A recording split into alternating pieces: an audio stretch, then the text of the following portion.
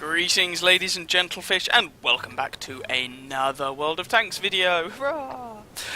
In this one you're going to have the pleasure, if that's the right word, of watching me derp around trying to pick up ace tankers in various machines, and derp is the operative word for this first game. I am in the KV-1, tier 5 Soviet heavy tank. There's going to be a couple of tier 5 Soviet machines in this video. And this is an all tier 5 match. Ooh. So none of this tier 7 nonsense. And I am using the short little stubby 120mm howitzer. Sorry, 122mm howitzer. My apologies. And it was this game in which I decided to keep the KV-1. I had rebought this just to ace it and then I was going to sell it, but you know what, I had a lot of fun in this game, so I decided to keep it. Now, the Soviets get this larger caliber howitzer, which obviously does more damage per shot. It's a larger caliber gun than the 105mm howitzers you tend to find on the French, American and British machines, and also the British get to like 95mm howitzer or whatever it is. So it's a larger caliber weapon, tends to do more damage, but also you get these better heat rounds. So the premium ammunition on this thing packs 370 alpha damage and 140 penetration, considerably better than the 100-ish penetration you get on the other howitzers. Regular rounds, 450 damage with the high explosive and 61 penetration. Enemy Griller straight away tries to do something nasty to me, but pretty much just shrug it off. He hasn't done any actual damage, and the stun wears off soon enough. I am spotter-rated, and Angle and T67 shoots my tracks. I decide to use the repair kit so that I don't really have to worry about that guy too much. Trying to pick out a shot on this T67. There he is, there he was, and he is done. Yeah, KV-1 with a howitzer in an all tier 5 match is quite unpleasant. So, just creeping around the side here, see who we can find. And who have we got? Oh, KV-1S. Oh, and I take a HE... Oh, no, it's AP, sorry, from the Panzer IV-H before he backs off. So he is presumably using the 75mm gun. I also take a round from the KV-1S. It looks like he's using the 85mm gun. Oh, actually, 121's a very low damage roll from that gun. Maybe he's using the stock gun or something. Either way, I just want to bring these guys forwards, because whilst the KV-1 is a fairly strong tank, I mean, why not have the support if you have the option?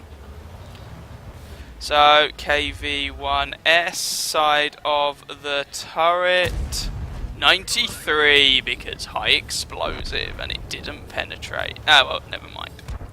Backing off, backing off, backing off, backing off. Hello, Mr. KV-1, 160 that time.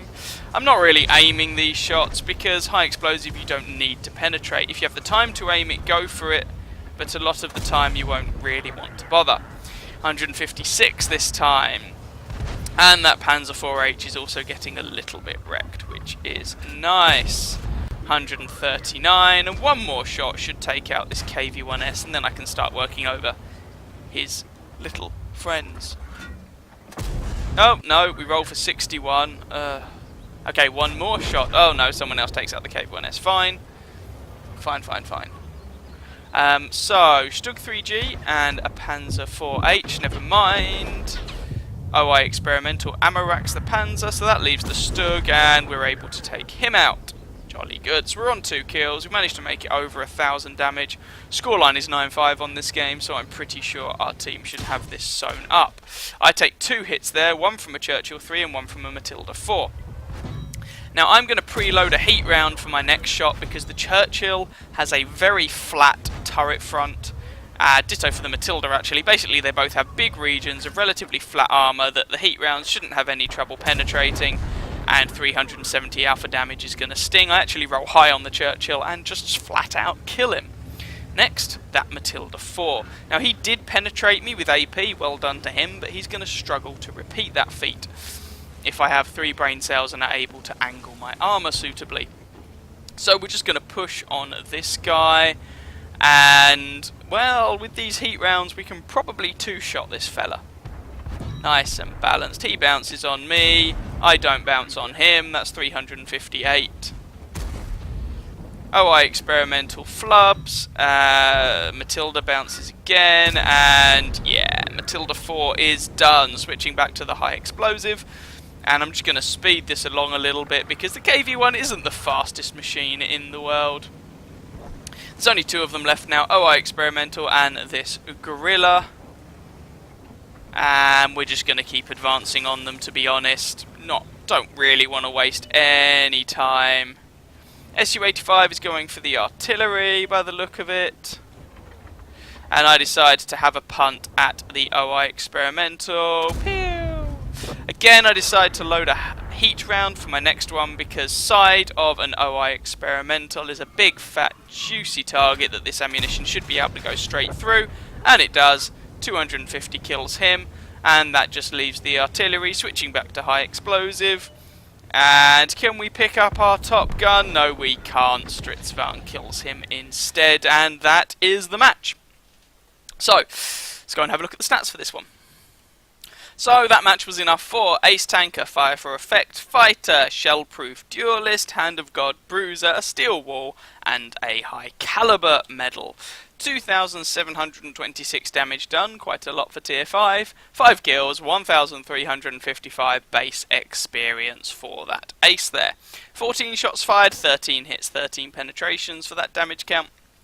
Remember, of course, firing a lot of high explosive rounds, so for penetrations, it'll basically count it. If you just damage a module, that'll count as a penetration. Most of the damage was from pretty close range. 13 hits received, 4 penetrated, 9 did not. 1 splash damage, 875 damage blocked by our armor, 6 enemy vehicles spotted, 6 damaged, 5 destroyed, 344 assistance damage. And with a standard account, okay, there was a mission running at the time, we made a 22,000 credit profit, even firing those 4 heat rounds. Intelligent use of heat ammunition on a tank like that can net you a lot more damage. Is it fair and balanced? I'll let you be the judges. It is what it is, and we managed to make of it what we made of it. So let's move on to the next one. Here we go with our second match then, and this time I'm driving the SU-85, the tier 5 Soviet tank destroyer. Now I do not like this matchmaking very much. This is a tier 7 game, and in this case I could be using the howitzer on this tank, but having used the howitzer for a bit I got a little frustrated and just found the regular 85mm gun to be more reliable. So we're looking at 180 damage, 144 penetration. If I decide to fire any premium, that penetration goes up to 194, and the HE rounds are still pretty good, 300 alpha and 44 pen. We're here on Ruinberg. Yes, it's not Winterberg, this is exactly Ruinberg. And we're just going to see if we can get any shots on people, and that's not a particularly good start. VK is not a very well armoured machine, and we've managed to flub our first shot. Try to aim a little bit higher. I don't know exactly where that Cromwell is, and I don't want to accidentally hit him, but we're able to put some damage into that VK in the end. Type T-34 is a little bit brave and dies for it. Panzer 4H, yeah, discretion is the better part of valor, my friend. And all these guys are being just a little bit brave. I was actually trying to see if I could hit the Cromwell, but I kind of took the shot on the basis that if it missed the Cromwell, it may well hit the S-35, and it did. And there's a shot into the Cromwell. So we've got a fairly strong presence out here on the field. And I'm just trying to put shots down toward the town area, and oh dear, that's an Oni. Okay, well, we can still penetrate the side of that tank, so that's what we're going to try and do. And that one bounced as soon as he started putting a little bit of angling on.